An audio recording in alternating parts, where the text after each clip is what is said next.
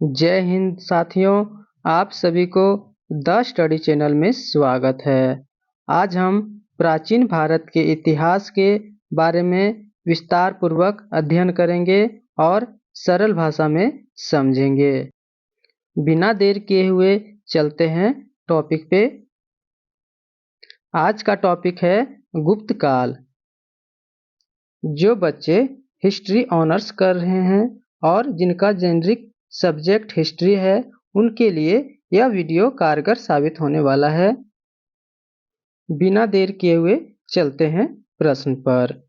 आज का प्रश्न है, विजेता के रूप में समुद्रगुप्त का मूल्यांकन कीजिए अथवा समुद्रगुप्त के विजयियों का वर्णन कीजिए। दोनों प्रश्न एक ही है और दोनों का अर्थ भी एक ही है। प्रश्न पूछने का तरीका अलग अलग हो सकता है। अब जानते हैं इन प्रश्नों का उत्तर। उत्तर को हम परिचय से स्टार्ट करेंगे। परिचय में एक महत्वपूर्ण बिंदु दिया हुआ है, उसको समझते हैं, फिर समझ के इन प्रश्नों को हल करने में आसानी होगी। तो चंद्रगुप्त प्रथम गुप्त वंश का वास्तविक संस्थापक था और उनका पुत्र कौन थे? समुद्रगुप्त, जो भारत के नेपोलियन के नाम से प्रसिद्ध हैं। आज इसी चंद्रगुप्त के बारे में प्रश्न में दिया गया है और इसका विस्तार पूर्वक चर्चा करेंगे। समुद्रगुप्त के इतिहास के बारे में जानने का प्रमुख साधन प्रयाग अभिलेख है, जो समुद्रगुप्त के मंत्री हरिसेन ने इसकी रचना की थी। समुद्रगुप्त के युद्धों और विजयों की जानकारी प्रयाग अभिलेख से प्राप्त होती है और यह सिद्ध करने के लिए पर्याप्त है, समुद्रगुप्त एक महान सम्राट थे। समुद्रगुप्त के युद्ध और विजयों की जानकारी कहाँ पर मिलते हैं? प्रयाग अभिलेख में मिलता है। उनके पिता चंद्रगुप्त प्रथम ने उनकी योग्यता के अनुरूप ही अपना उत्तराधिकारी नियुक्त किया था, परंतु वह अपने पिता का बड़ा पुत्र नहीं था, इसीलिए उनके भाइयों ने उसी के विरुद्ध विद्रोह कर दिया। चंद्रगुप्त प्रथम ये कभी नहीं चाहते थे कि ये सब आपसी भाइयों में अपना एक विवाद पैदा करे और इन्हीं के प्रति योग्यता को देखते हुए समुद्रगुप्त को अपना उत्तराधिकारी नियुक्त किया था। चंद्रगुप्त प्रथम ने समुद्रगुप्त को अपने भाइयों के संघर्ष से बचाने के लिए अपने जीवित रहते हुए राज दरबार में उसने अपना उत्तराधिकारी घोषित कर दिया था। फिर भी समुद्रगुप्त के भाइयों ने उसके विरुद्ध विद्रोह कर दिया। समुद्रगुप्त अपने सभी भाइयों से योग्य थे और अपने भाइयों को युद्ध में हरा दिया और राज्य की विस्तार नीति पर काम करना शुरू कर दिया। समुद्रगुप्त एक महान प्रतापी शासन होने के बाद भी वे अपने भावना से परिपूर्ण था और साम्राज्य का अधिकतम विस्तार का लक्ष्य प्राप्त कर लिया था और वह इसके लिए हर समय तैयार रहते थे। नेक्स्ट पॉइंट है समुद्रगुप्त के विजय।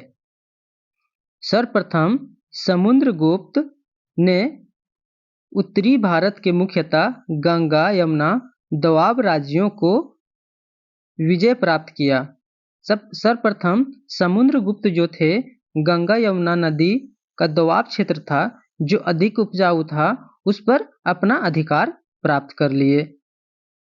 अपने इस अभियान में समुद्रगुप्त ने मथुरा के नागसेन, पद्मावती के गणपति नागसेन, बांकुड़ा के चंद्रवर्मन, रुद्रदत्त आदि राजाओं को हरा दिया और उन राजाओं को अपने राज्य में शामिल कर लिया। समुद्रगुप्त उत्तर भारत के सभी राजाओं को हरा दिया था और उनकी राज्य को अपने राज्य में शामिल कर लिया था। इन सभी राजाओं पर विजय प्राप्त करने के बाद बंगाल से उत्तर प्रदेश तक संपूर्ण भूप्रदेश इनके राज्य में शामिल हो गया। समुद्रगुप्त उत्तर भारत के करीबन सभी राज्यों को अपने अधीन कर लिए थे। अब बारी है दक्षिण भारत की ओर से। समुद्रगुप्त दक्षिण भारत पर भी आक्रमण किया। कुछ विद्वान का मानना था कि मध्य प्रदेश के जबलपुर जिले से जंगल से गुजरकर दक्षिण भारत में प्रवेश किया था। कुछ विद्वानों का मानना था कि समुद्रगुप्त जब दक्षिण भारत पर आक्रमण किया था तो मध्य प्रदेश के जबलपुर जिले से जंगल की ओर रास्ते से उसने दक्षिण भारत में प्रवेश किया था। डॉक्टर मजूमदार का कहना था कि इस अभियान में नौसेना का भी सहायता ली गई थी। अपने इस अभियान में समुद्रगुप्त ने सुदूर दक्षिण के पल्लव राज्यों को भी समाप्त कर दिया और संपूर्ण दक्षिण पूर्वी तट के शासकों को भी हरा दिया और उन्हें उन पर कब्जा कर लिया। समुद्रगुप्त जो दक्षिण भारत के जितने भी राज्य थे उनको जीत लिया और दूर दूर राज्यों तक भी इन्होंने अपना अभियान चलाया और युद्ध में सभी को परास्त कर दिया। उत्तर भारत और दक्षिण भारत दोनों पर विजय प्राप्त कर लिए। लेकिन समुद्रगुप्त ने दक्षिण भारत के जितने भी शासक थे उन्होंने अपना अधीनता को स्वीकार करवाया और राज्य को पुनः वापस कर दिया। समुद्रगुप्त ने प्रायः 18 जंगली राजाओं को भी परास्त किया और अपनी अधीनता को स्वीकार करने के लिए बाध्य किया। यह जो जंगली राजा थे वो उत्तर प्रदेश के गाजीपुर जिले से लेकर मध्य प्रदेश के जबलपुर जिले तक जंगली प्रदेश में फैले हुए थे। समुद्रगुप्त पूर्वी बंगाल के समुद्री तट देवाक, कामरूप जो अभी असम में है, जालंधर, नेपाल को भी अपना अधीनता स्वीकार करा लिया था।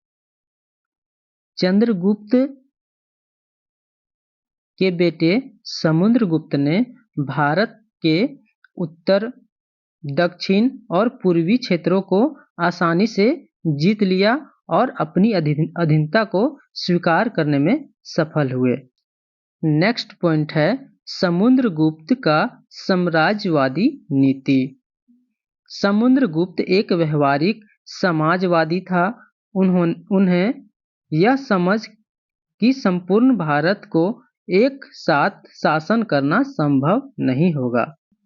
समुद्रगुप्त यह भली भांति जानते थे कि संपूर्ण भारत पर शासन करना संभव नहीं होगा, इसीलिए जीते हुए प्रदेश को उन सभी राजाओं को वापस कर दिया जाता था और उनकी अधीनता को स्वीकार करके अपने राज्य में मिला लिया जाता था।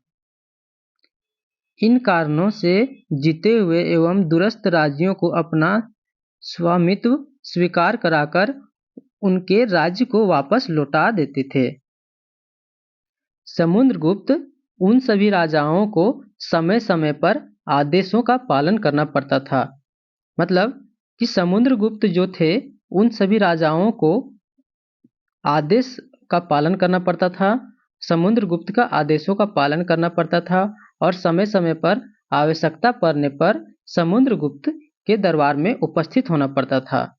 यह नीति अब बहुत सफल हुई समुद्रगुप्त का और इनसे सभी राजाओं भी प्रभावित हुए थे।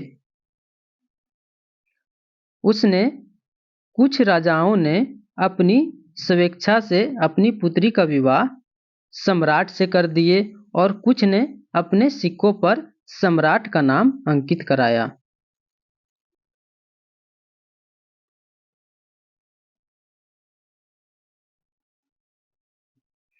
अधीन शासकों ने दरबार में उपस्थित होकर साम्राज्य के प्रति सम्मान प्रदर्शित करने के लिए कुछ नए नियम बनवाए। इस प्रकार समुद्रगुप्त ने अपनी साम्राज्यवादी नीति का निर्माण किया और पूरे प्रदेश में लागू किया। नेक्स्ट पॉइंट है पड़ोसी राज्यों के साथ अच्छे संबंध। समुद्रगुप्त एक साम्राज्यवादी नीति के अनुसरण करते हुए पड़ोसी से भी अच्छे संबंध स्थापित किए थे। समुद्रगुप्त के राज्य की सीमा के निकट भारतीय और विदेशी राज्यों से अच्छे संबंध थे। उत्तर पश्चिमी सीमा और पंजाब के कुषाण राज्य, पश्चिम भारत के शकी राज्य, श्रीलंका और दक्षिण पूर्वी एशिया के राजाओं से समुद्रगुप्त का बहुत अच्छे संबंध थे।